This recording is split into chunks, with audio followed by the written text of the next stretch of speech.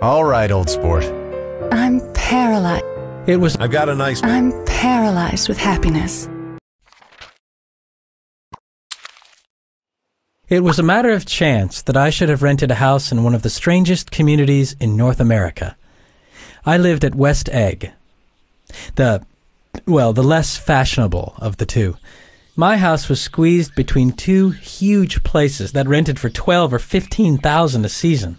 The one on my right was a colossal affair by any standard. It was Gatsby's mansion. Across the bay, the white palaces of fashionable East Egg glittered along the water, and the history of the summer really begins on the evening I drove over there to have dinner with the Tom Buchanans. Daisy was my second cousin once removed, and I'd known Tom in college.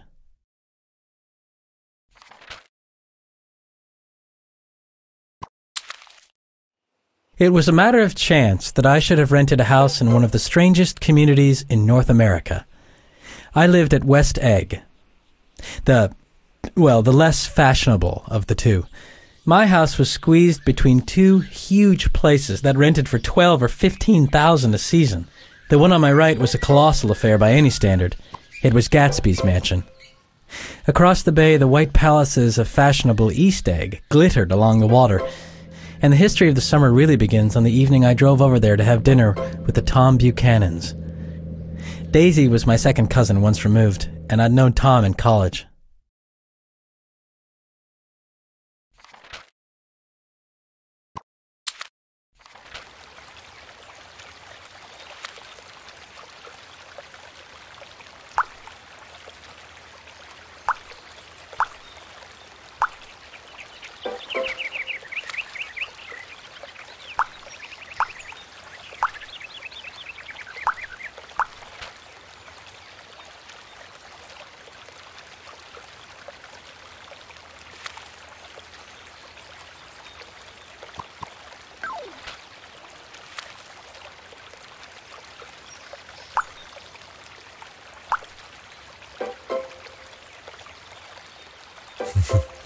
I've got a nice place here.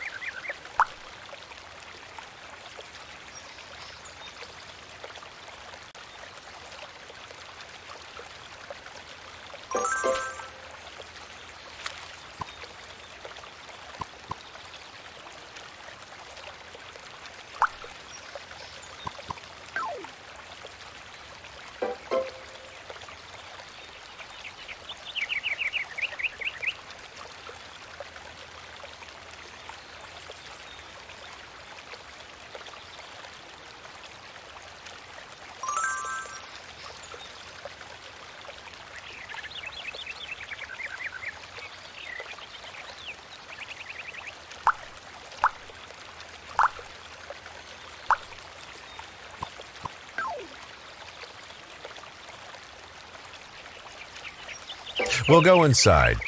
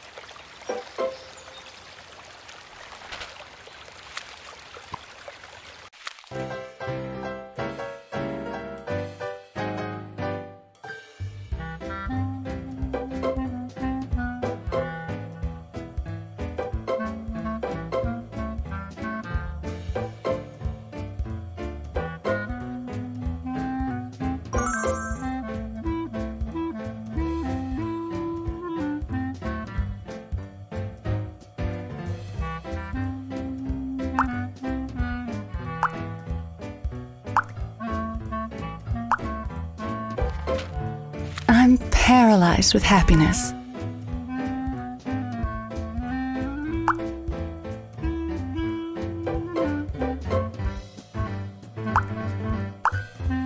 What are you doing, Nick? I'm a bond man. Who with?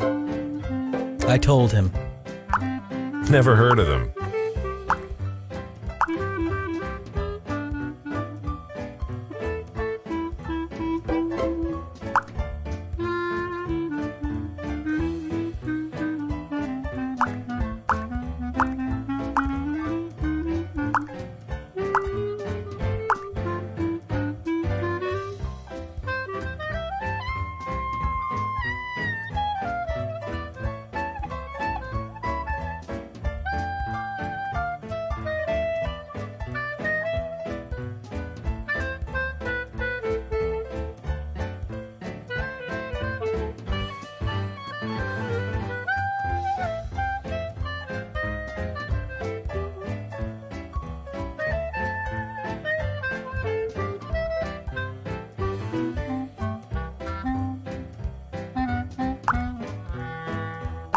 You live in West Egg. You must know Gatsby. Gatsby? What Gatsby? Before I could reply that he was my neighbor, dinner was announced.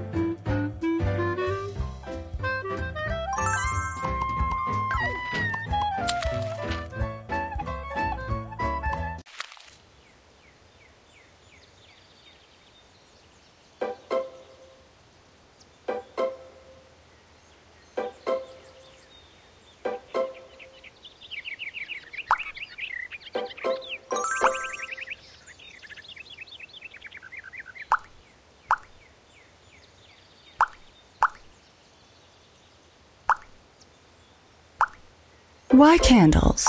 In 2 weeks, it'll be the longest day in the year.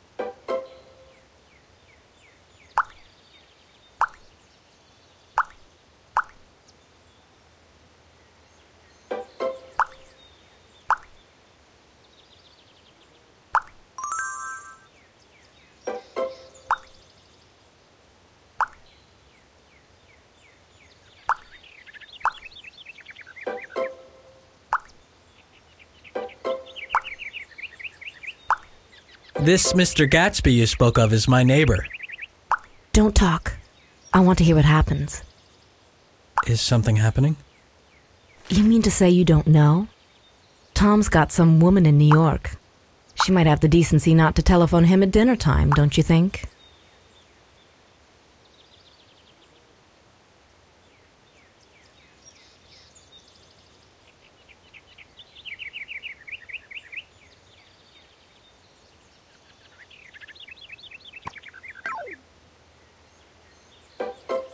It couldn't be helped.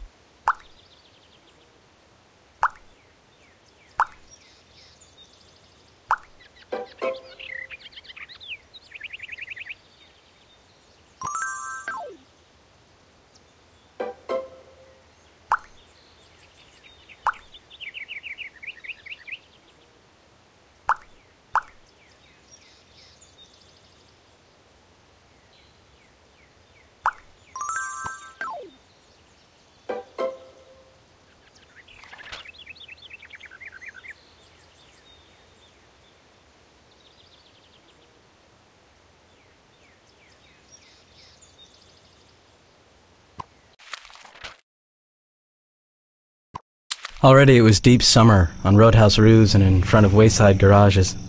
And when I reached my estate, I ran the car under its shed and sat for a while on an abandoned grass roller in the yard. The silhouette of a moving cat wavered across the moonlight. Turning my head to watch it, I saw that I was not alone. 50 feet away, a figure had emerged and was standing with his hands in his pockets regarding the silver pepper of the stars. Something in his leisurely movements suggested that it was Mr. Gatsby himself. He stretched out his arm toward the dark water in a curious way. Involuntarily, I glanced seaward and distinguished nothing except a single green light, minute and far away. It might have been the end of a dock. When I looked once more for Gatsby, he had vanished. Already it was deep summer on roadhouse roofs and in front of wayside garages. And when I reached my estate, I ran the car under its shed and sat for a while on an abandoned grass roller in the yard. The silhouette of a moving cat wavered across the moonlight. Turning my head to watch it, I saw that I was not alone. 50 feet away, a figure had emerged and was standing with his hands in his pockets regarding the silver pepper of the stars. Something in his leisurely movements suggested that it was Mr. Gatsby himself. He stretched out his arm toward the dark water in a curious way. Involuntarily, I glanced seaward and distinguished nothing except a single green light, minute and far away. It might have been the end of a dock. When I looked once more for Gatsby, he had vanished.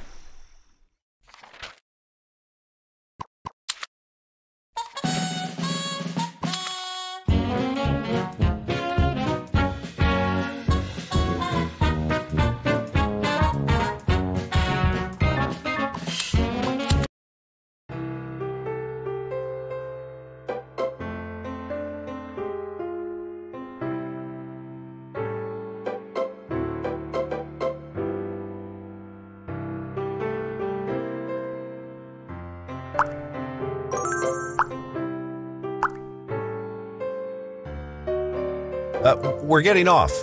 I want you to meet my girl.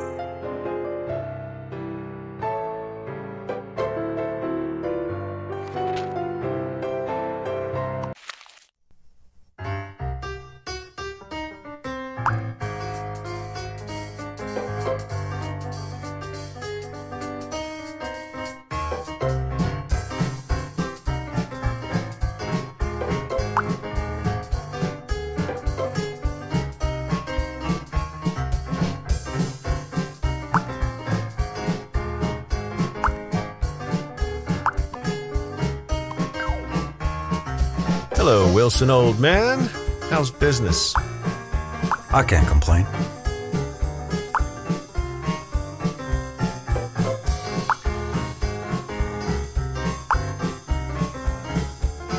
Get some chairs, why don't you, so somebody can sit down. Oh, sure.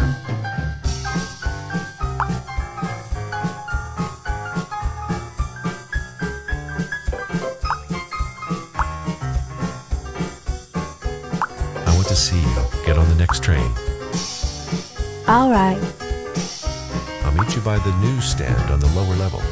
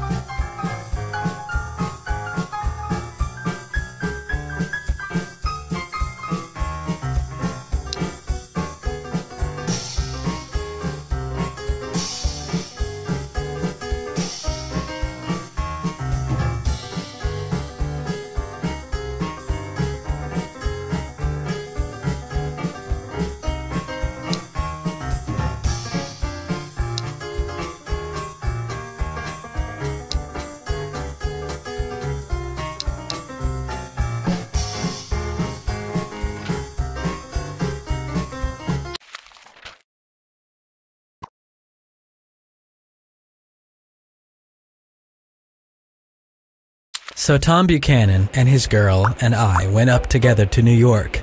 Or not quite together, for Mrs. Wilson sat discreetly in another car.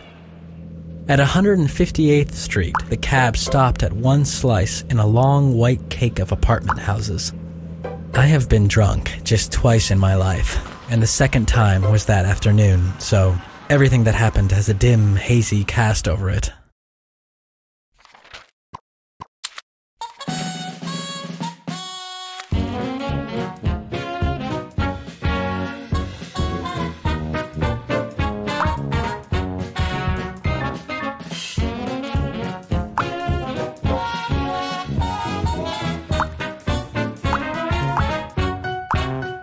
Do you live down on Long Island too? I live at West Egg. Really? I was down there at a party about a month ago at a man named Gatsby's. Do you know him? I live next door to him.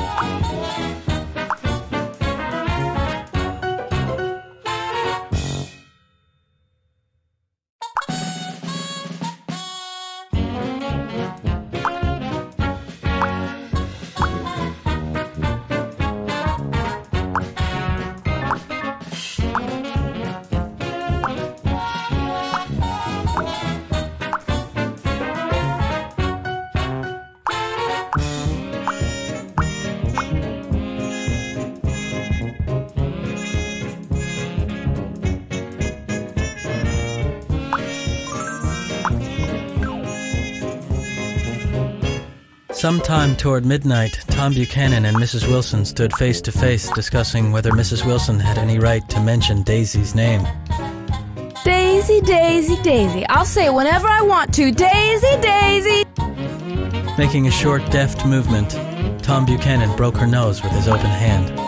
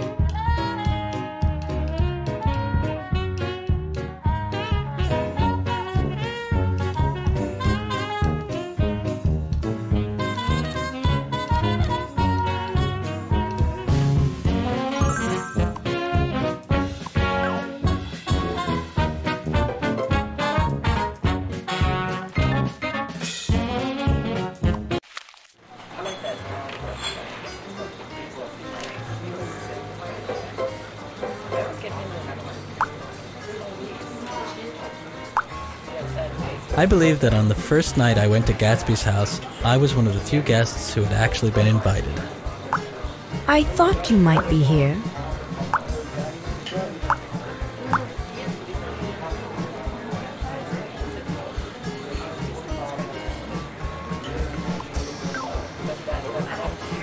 You don't know who we are, but we met you here about a month ago.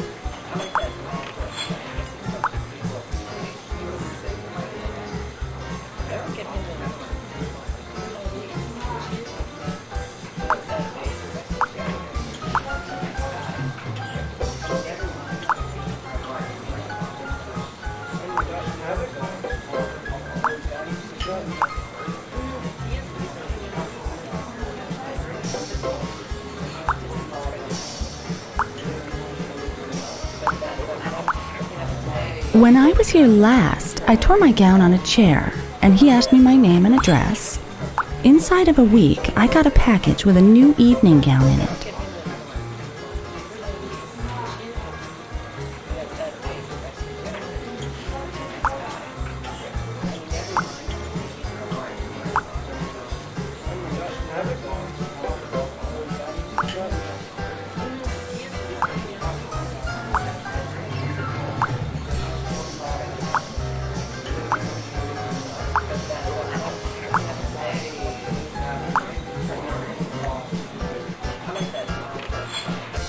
There's something funny about a fellow that'll do a thing like that.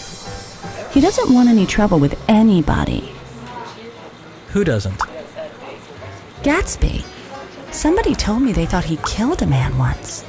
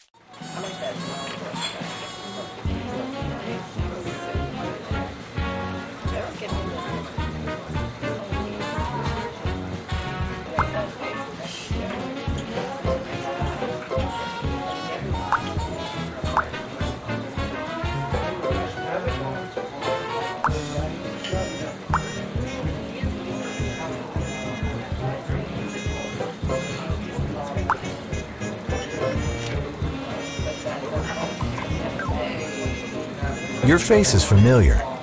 Weren't you in the 3rd Division during the war? Why, yes. I was in the 9th Machine Gun Battalion. I was in the 7th Infantry. This is an unusual party for me. I haven't even seen the host. I live over there, and this man Gatsby sent over his chauffeur with an invitation. I'm Gatsby. What? Oh, I beg your pardon. I thought you knew, old sport. I'm afraid I'm not a very good host. If you want anything, just ask for it. Excuse me. I'll rejoin you later. Who is he? Do you know? He's just a man named Gatsby. Anyhow, he gives large parties. And I like large parties. They're so intimate. At small parties, there isn't any privacy.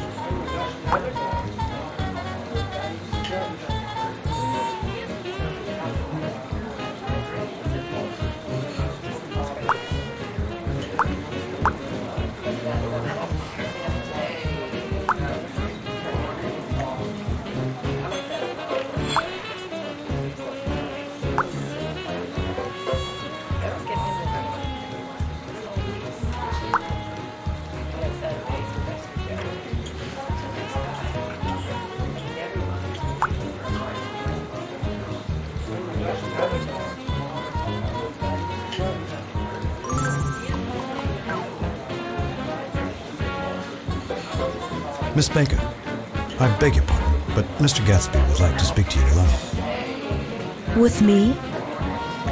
Yes, ma'am.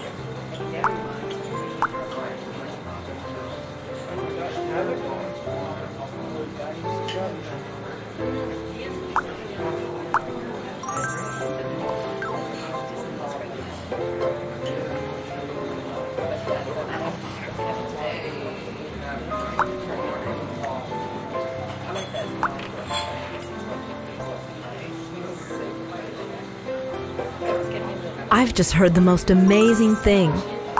But I swore I wouldn't tell it, and here I am tantalizing you.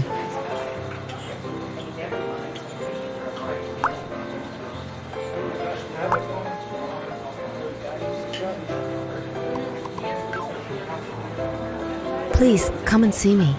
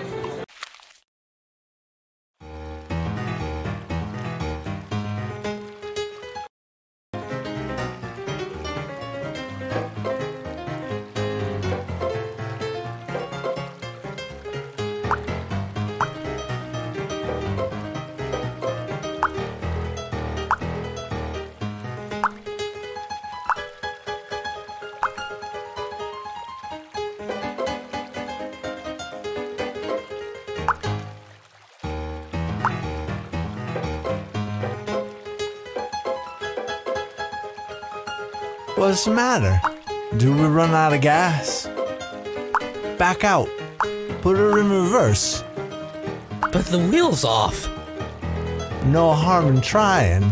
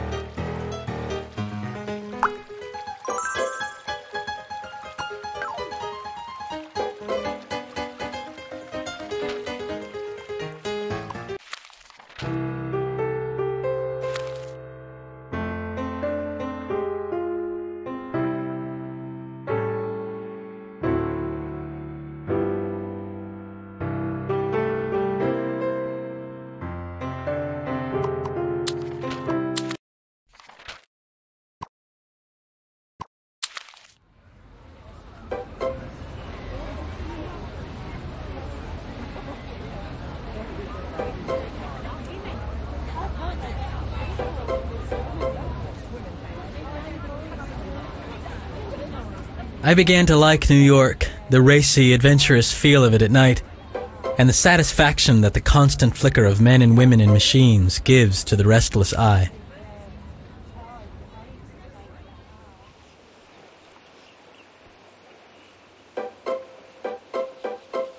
On Sunday morning, while church bells rang in the villages along the shore, the world and its mistress returned to Gatsby's house and twinkled hilariously on his lawn.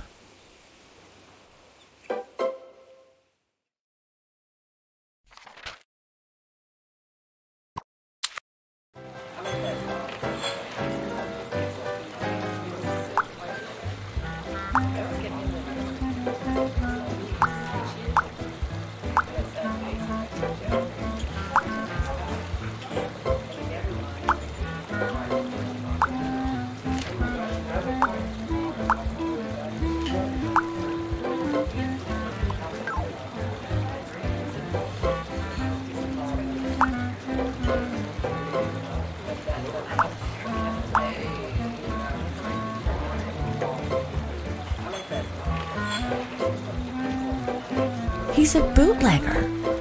One time he killed a man who had found out that he was nephew to Van Hindenburg and second cousin to the devil. Reach me a rosé, honey, and pour me a last drop into that there crystal glass.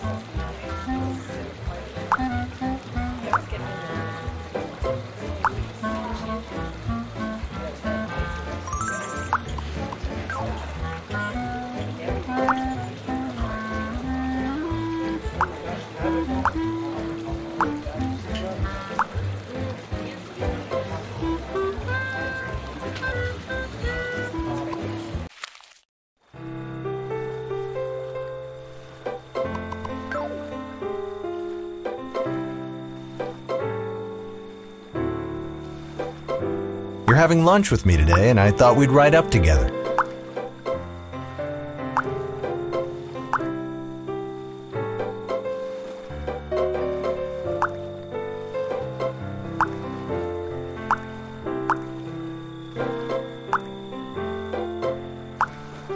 I'm going to make a big request of you today.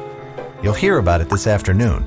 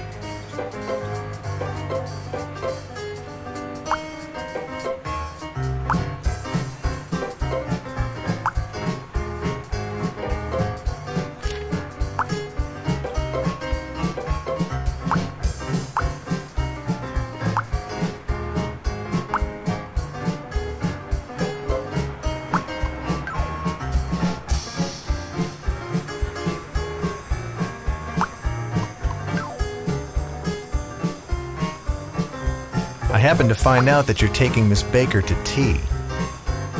Do you mean you're in love with Miss Baker? No, old sport, I'm not.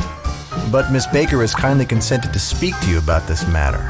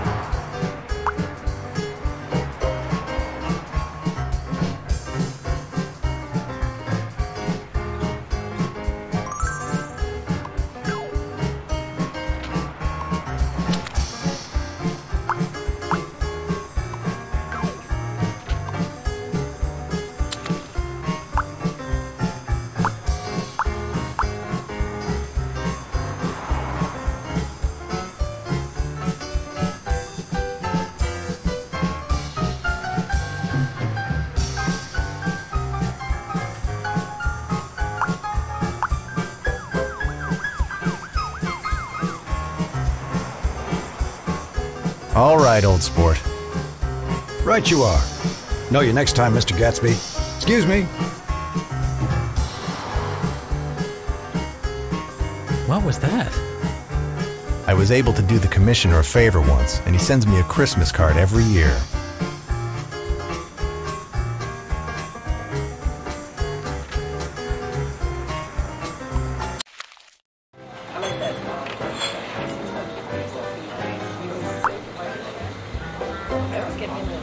Mr. Carraway, this is my friend, Mr. Wolfsheim.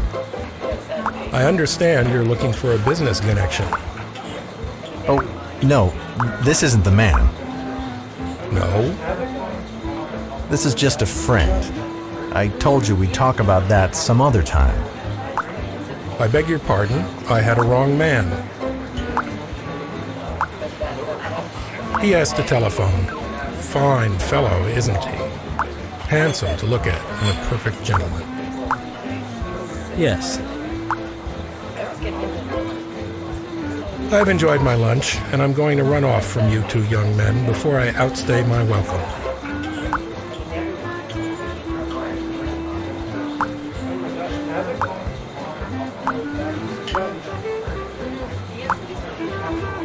Who is he, anyhow? An actor? Meyer Wolfsheim? No, he's a gambler. He's the man who fixed the World Series back in 1919. Why isn't he in jail? They can't get him, old sport. He's a smart man.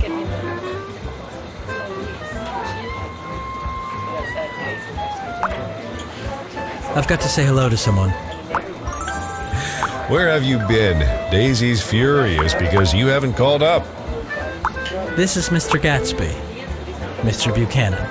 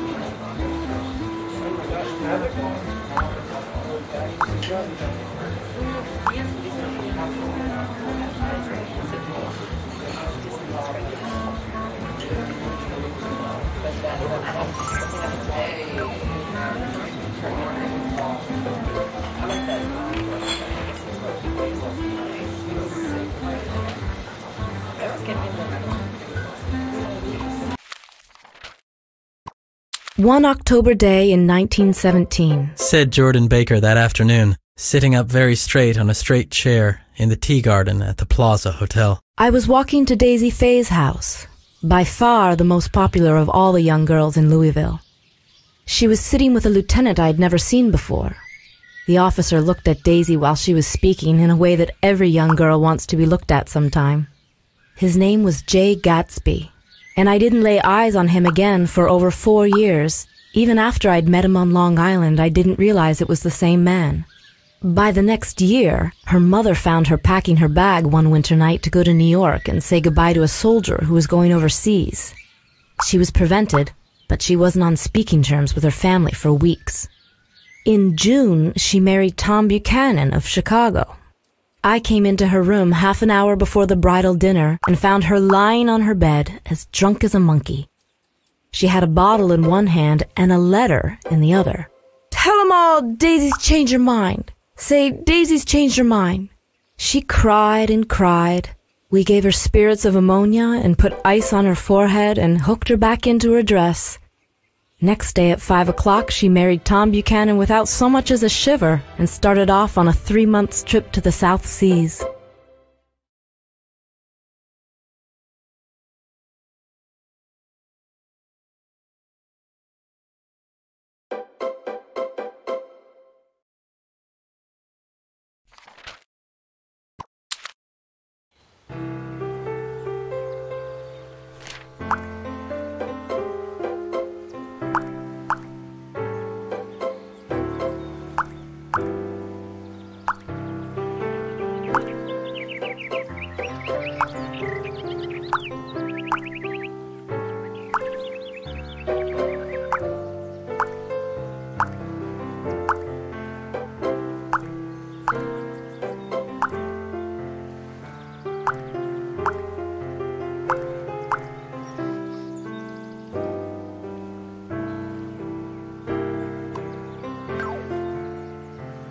About 6 weeks ago, she heard the name Gatsby for the first time in years. It wasn't until then that I connected this Gatsby with the officer in her white car. It was a strange coincidence. But it wasn't a coincidence at all. Gatsby bought that house so that Daisy would be just across the bay. He wants to know if you'll invite Daisy to your house some afternoon and then let him come over. Why didn't he ask you to arrange a meeting? He wants her to see his house, and your house is right next door. Does she want to see Gatsby? She's not to know about it. Gatsby doesn't want her to know. You're just supposed to invite her to tea.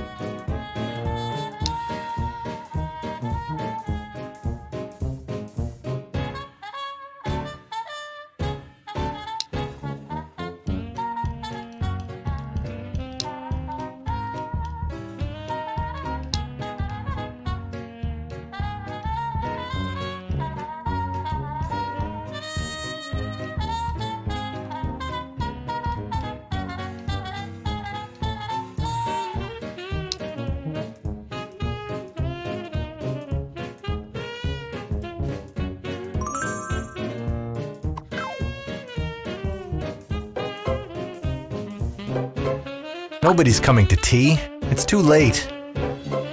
Don't be silly. It's just 2 minutes to 4.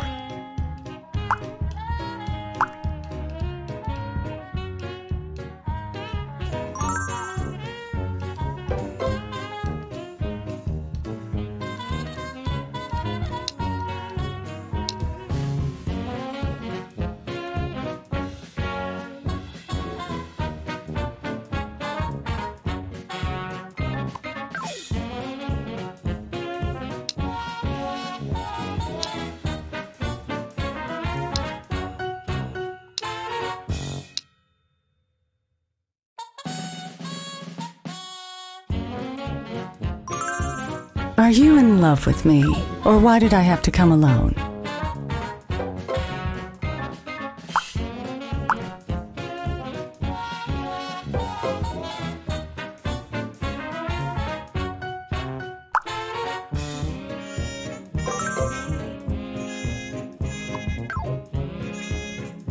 I certainly am awfully glad to see you again.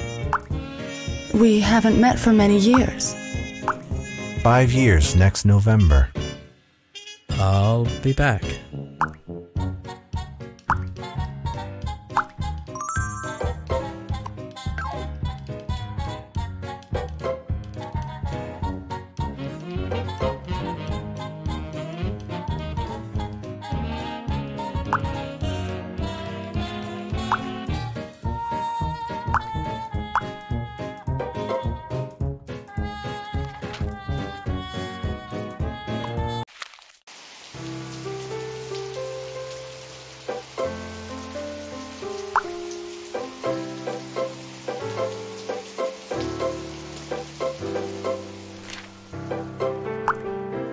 What do you think of that? It stopped raining. I'm glad, Jay. I want you and Daisy to come over to my house. That huge place there? Do you like it? I love it, but I don't see how you live there all alone. I keep it always full of interesting people, night and day.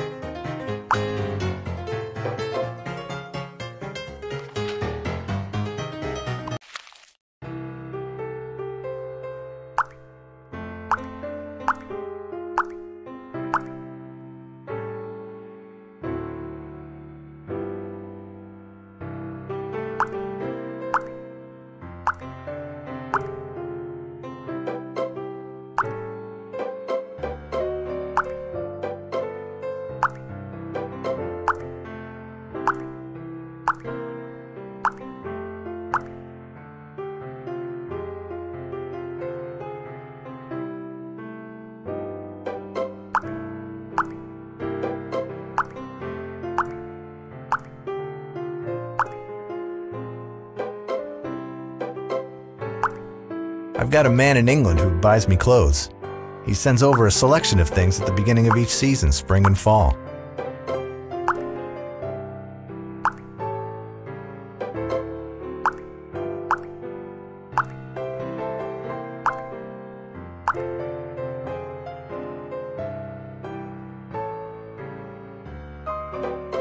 Who's this? That's Mr. Dan Cody, old sport. He's dead now. He used to be my best friend years ago.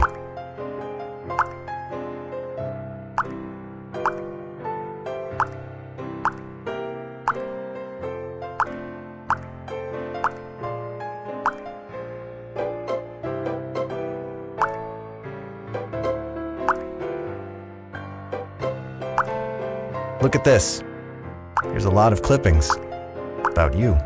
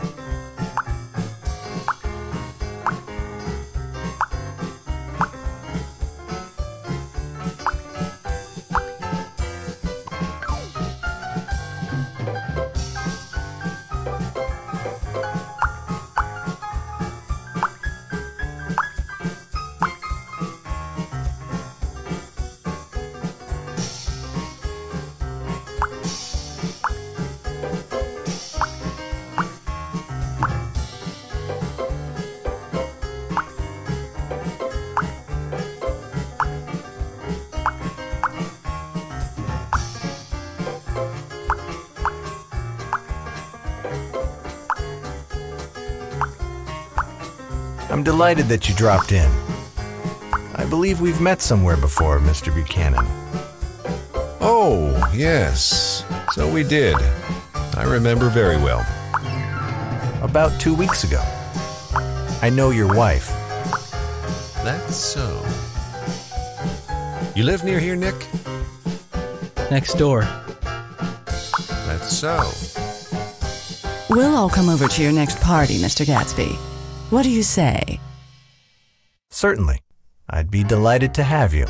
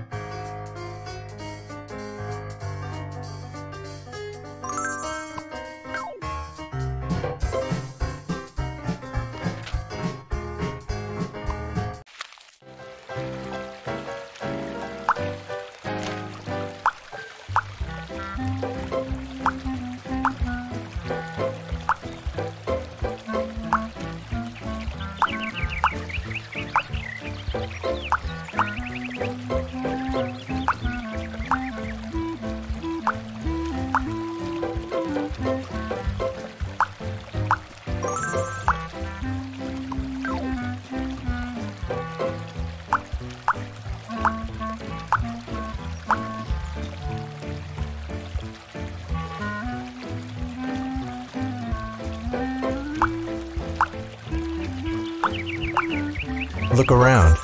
You must see the faces of many people you've heard about. We don't go around very much. In fact, I was just thinking, I don't know a soul here.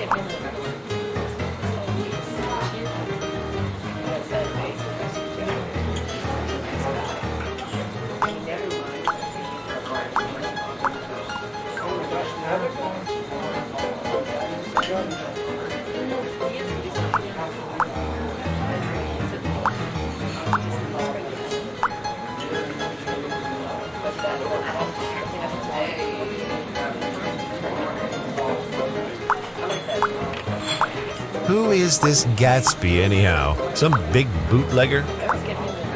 Where'd you hear that? I didn't hear it, I imagined it. A lot of these newly rich people are just big bootleggers, you know? Not Gatsby. Lots of people come who haven't been invited. They simply force their way in, and he's too polite to object. I'd like to know who he is and what he does. And I think I'll make a point of finding out. Good night, Nick.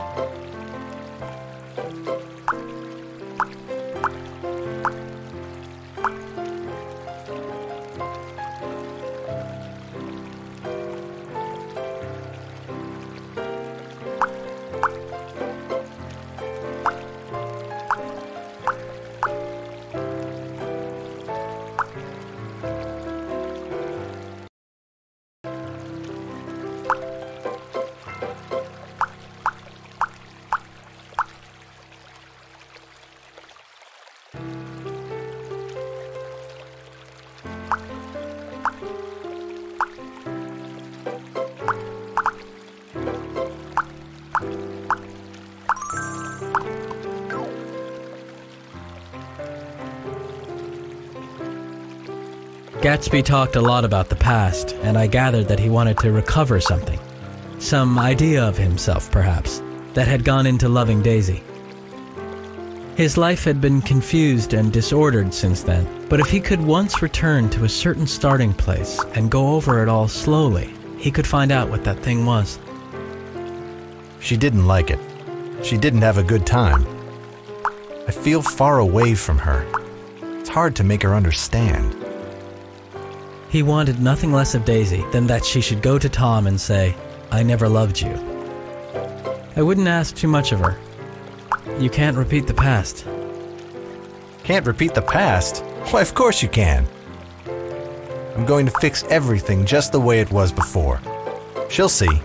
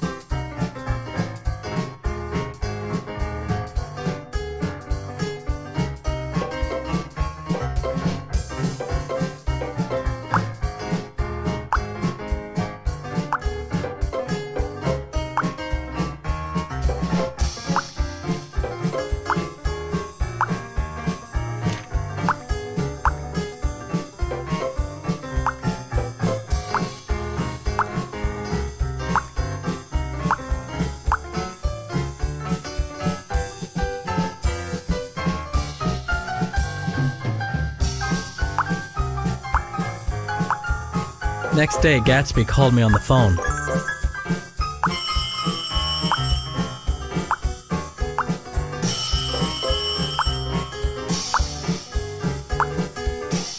Going away? No, old sport. I hear you fired all your servants. I wanted somebody who wouldn't gossip. Daisy comes over quite often, in the afternoons. I see. He was calling up at Daisy's request. Would I come to lunch at her house tomorrow? Miss Baker would be there. Something was up.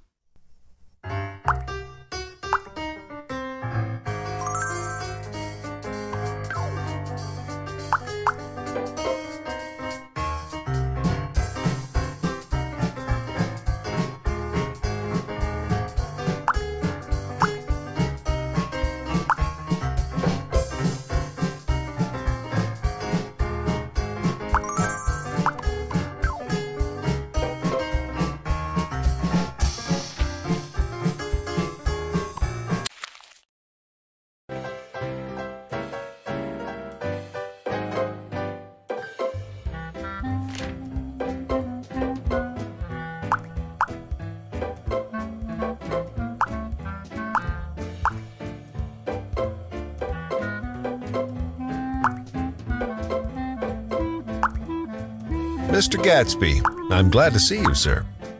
Nick? Make us a cold drink.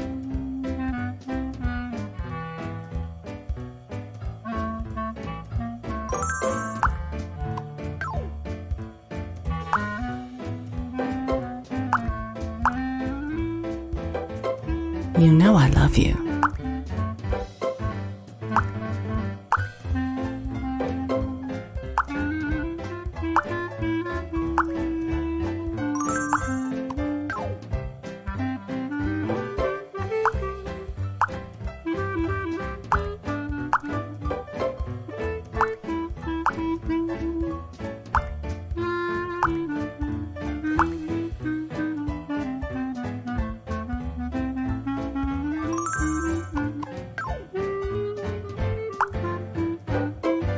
They certainly look cool.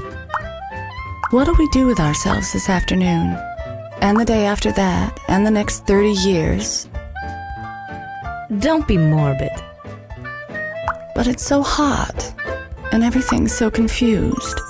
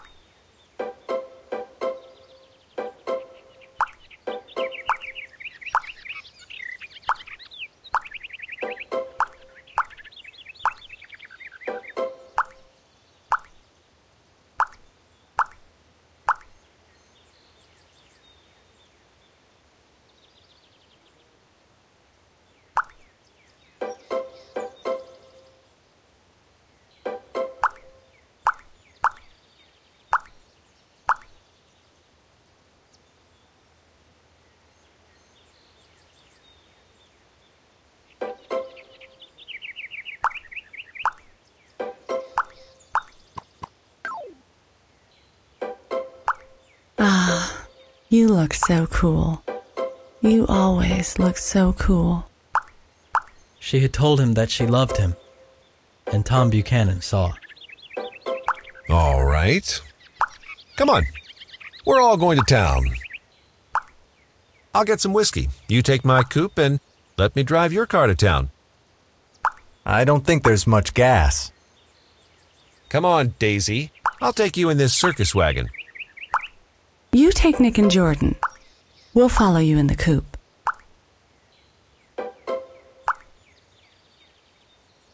Did you see that? See what? You think I'm pretty dumb, don't you?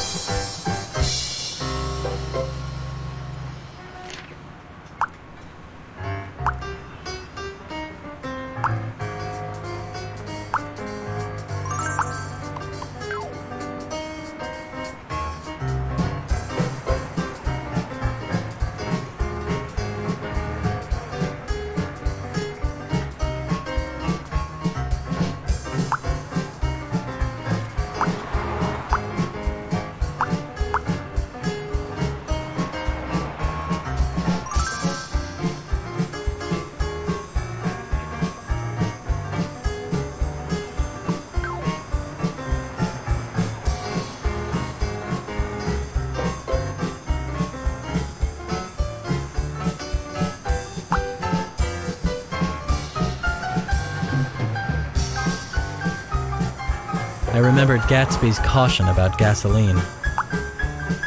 We've got enough to get us to town. But there's a garage right here.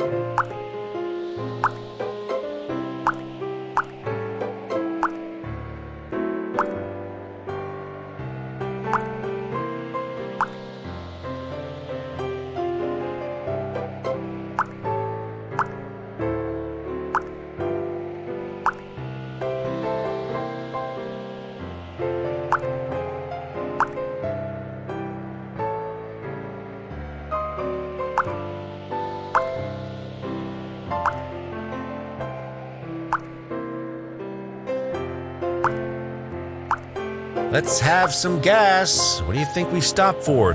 To admire the view? I'm sick. I've been sick all day.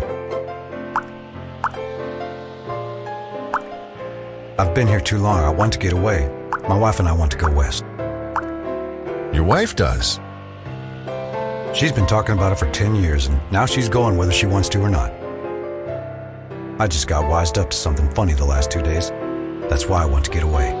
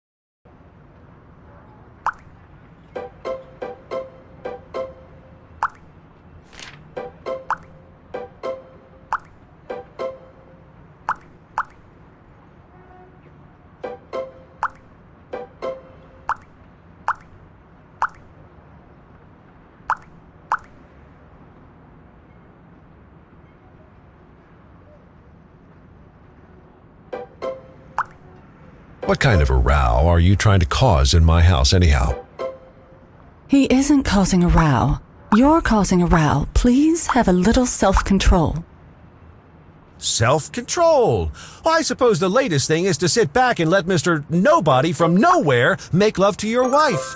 Well, if that's the idea, you can count me out. I've got something to tell you, old sport. Please don't.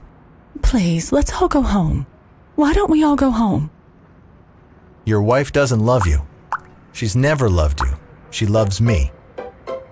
You must be crazy. She only married you because I was poor and she was tired of waiting for me. It was a terrible mistake, but in her heart she never loved anyone except me. Oh, you want too much. I love you now. Isn't that enough? I can't help what's past. I did love him once, but I loved you too. You loved me too? Even that's a lie. She didn't know you were alive. Why, there are things between Daisy and me that you'll never know. Things that neither of us can ever forget. I want to speak to Daisy alone. She's all excited now. Even alone, I can't say I never loved Tom. It wouldn't be true. I'm going to take better care of you from now on. You don't understand. You're not going to take care of her anymore. I'm not. Why's that? Daisy's leaving you. Nonsense. I am, though. She's not leaving me. Certainly not for a common swindler who'd have to steal the ring he put on her finger. I won't stand this. Oh, please, let's get out. You two start on home, Daisy, in Mr. Gatsby's car. Go on. He won't annoy you. I think he realizes that his presumptuous little flirtation is over. They were gone without a word, snapped out, made accidental, isolated, like ghosts, even from our pity.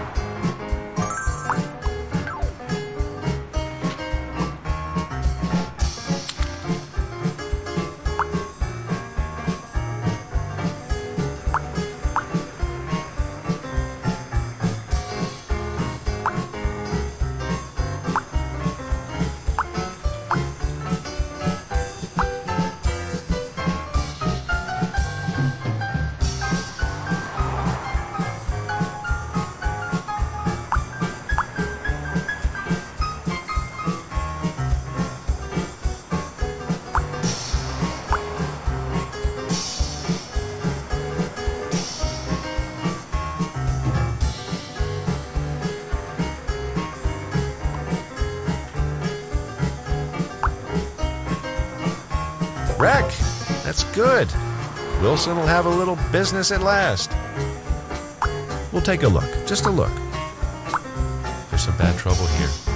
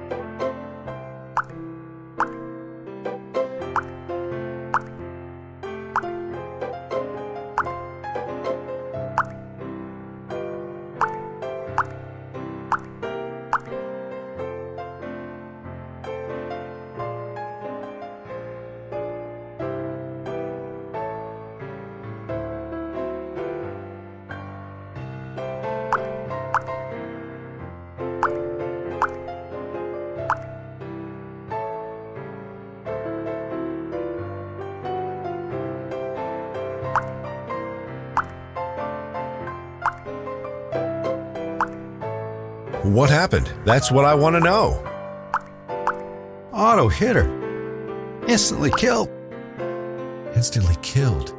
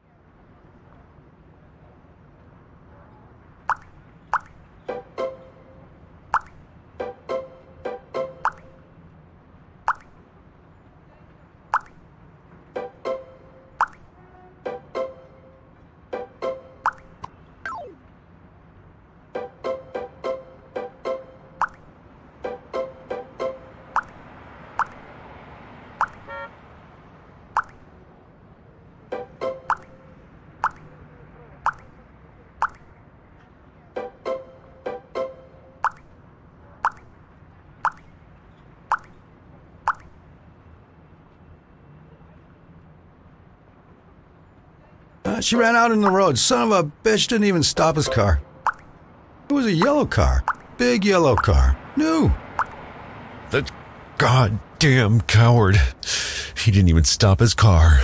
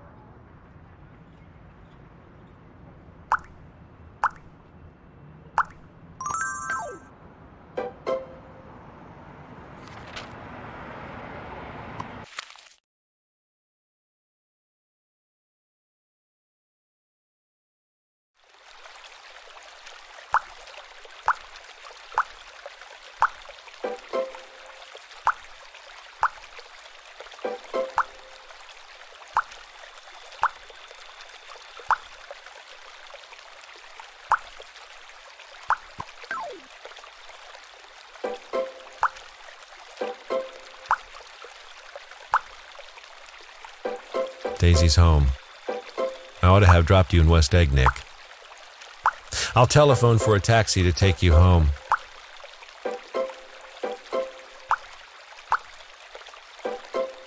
What are you doing? Just standing here, old sport. Did you see any trouble on the road? Yes. Was she killed? Yes. I thought so. I told Daisy I thought so. How the devil did it happen? Well, I tried to swing the wheel and... Was Daisy driving? Yes. But of course I'll say I was. I'm just going to wait here and see if he tries to bother her about that unpleasantness this afternoon. She's locked herself into her room, and if he tries any brutality, she's going to turn the light out and on again. How long are you going to wait? All night if necessary. Anyhow, till they all go to bed. Good night, old sport.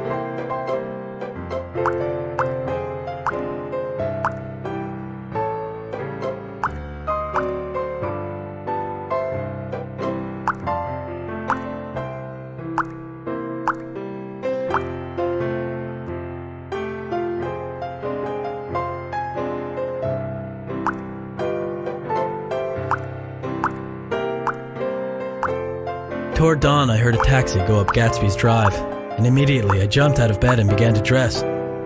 I felt that I had something to tell him, something to warn him about, and morning would be too late. Nothing happened. I waited, and about 4 o'clock she came to the window. You ought to go away. It's pretty certain they'll trace your car. He wouldn't consider it. He couldn't possibly leave Daisy until he knew what she was going to do. He was clutching at some last hope, and I couldn't bear to shake him free.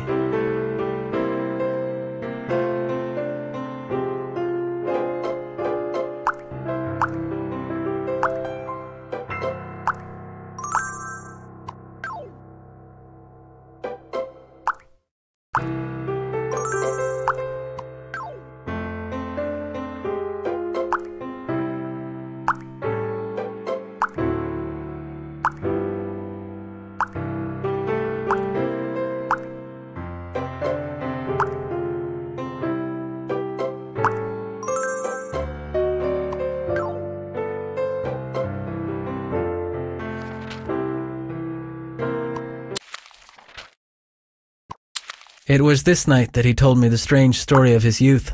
He wanted to talk about Daisy. She was the first nice girl he had ever known. But he knew that he was in Daisy's house by a colossal accident. However glorious might be his future as J. Gatsby, he was at present a penniless young man without a past, and at any moment the invisible cloak of his uniform might slip from his shoulders. So he took what he could get, ravenously and unscrupulously. Eventually he took Daisy one still October night. Took her because he had no real right to touch her hand. Can't describe to you how surprised I was to find out I loved her, old sport. I even hoped for a while that she'd throw me over, but she didn't, because she was in love with me too. On the last afternoon before he went abroad, he sat with Daisy in his arms for a long, silent time. After the armistice, he tried frantically to get home, but some complication sent him to Oxford instead. Daisy didn't see why he couldn't come. She wanted her life shaped now, immediately, and the decision must be made by some force of love, of money, of unquestionable practicality that was close at hand. That force took shape in the middle of spring with the arrival of Tom Buchanan. The letter reached Gatsby while he was still at Oxford.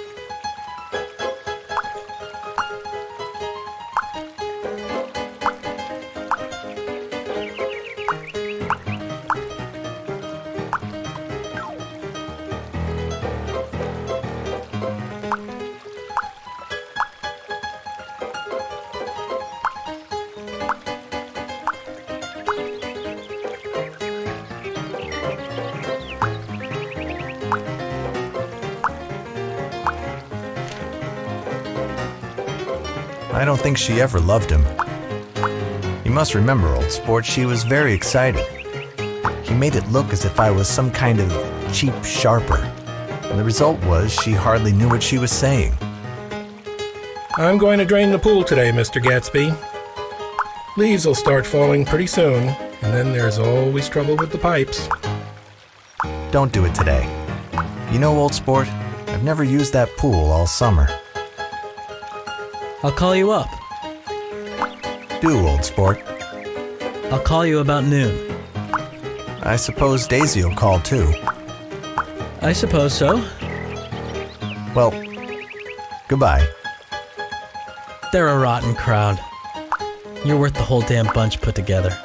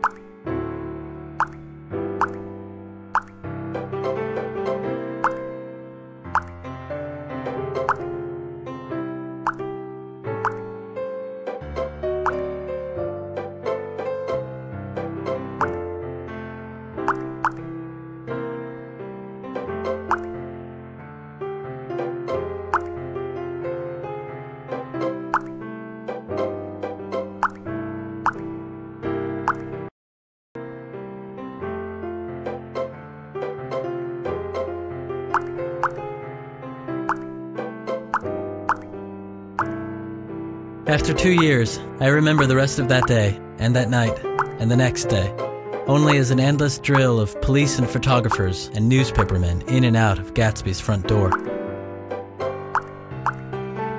It was Gatsby's father, a solemn old man, very helpless and dismayed. I saw it in the Chicago newspaper. I started right away. I didn't know how to reach you. It was a madman. He must have been mad. I didn't know what you'd want, Mr. Gatsby.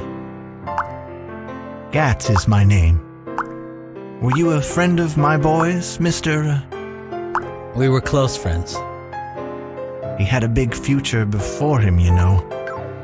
If he'd have lived, he'd have been a great man. He'd have helped build up the country.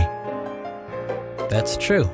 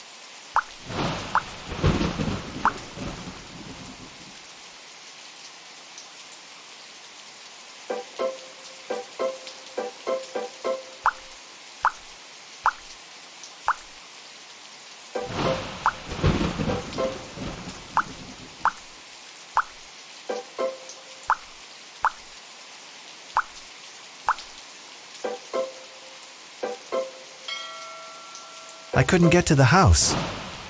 Neither could anybody else. Go on. Why, my God. They used to go there by the hundreds. The poor son of a bitch.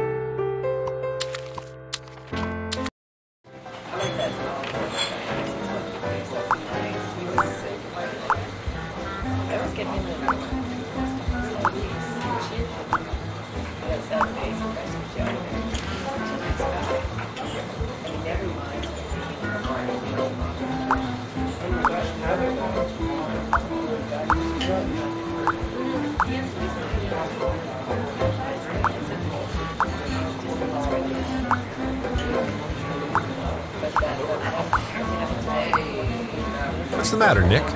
Do you object to shaking hands with me? Yes. You know what I think of you. You're crazy, Nick. Crazy as hell. I don't know what's the matter with you. Tom, what did you say to Wilson that afternoon? I told him the truth. What if I did tell him, Nick? That fellow had it coming to him. He threw dust into your eyes just like you did in Daisy's. But he was a tough one. He ran over Myrtle like you'd run over a dog, and never even stopped his car. There was nothing I could say, except the one unutterable fact that it wasn't true. I couldn't forgive him or like him, but I saw that what he had done was, to him, entirely justified. They were careless people, Tom and Daisy. They smashed up things and creatures and then retreated back into their money or their vast carelessness or whatever it was that kept them together and let other people clean up the mess they had made.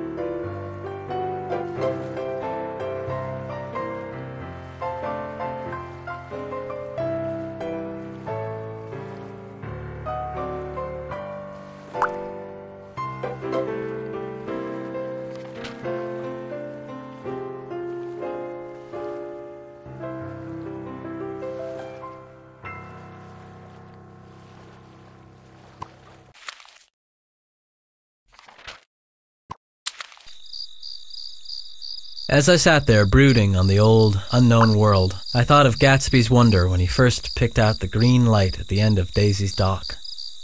Gatsby believed in the green light, the orgastic future that year by year recedes before us. It eluded us then, but that's no matter. Tomorrow we will run faster, stretch out our arms farther, And one fine morning, so we beat on. Boats against the current, borne back ceaselessly into the past.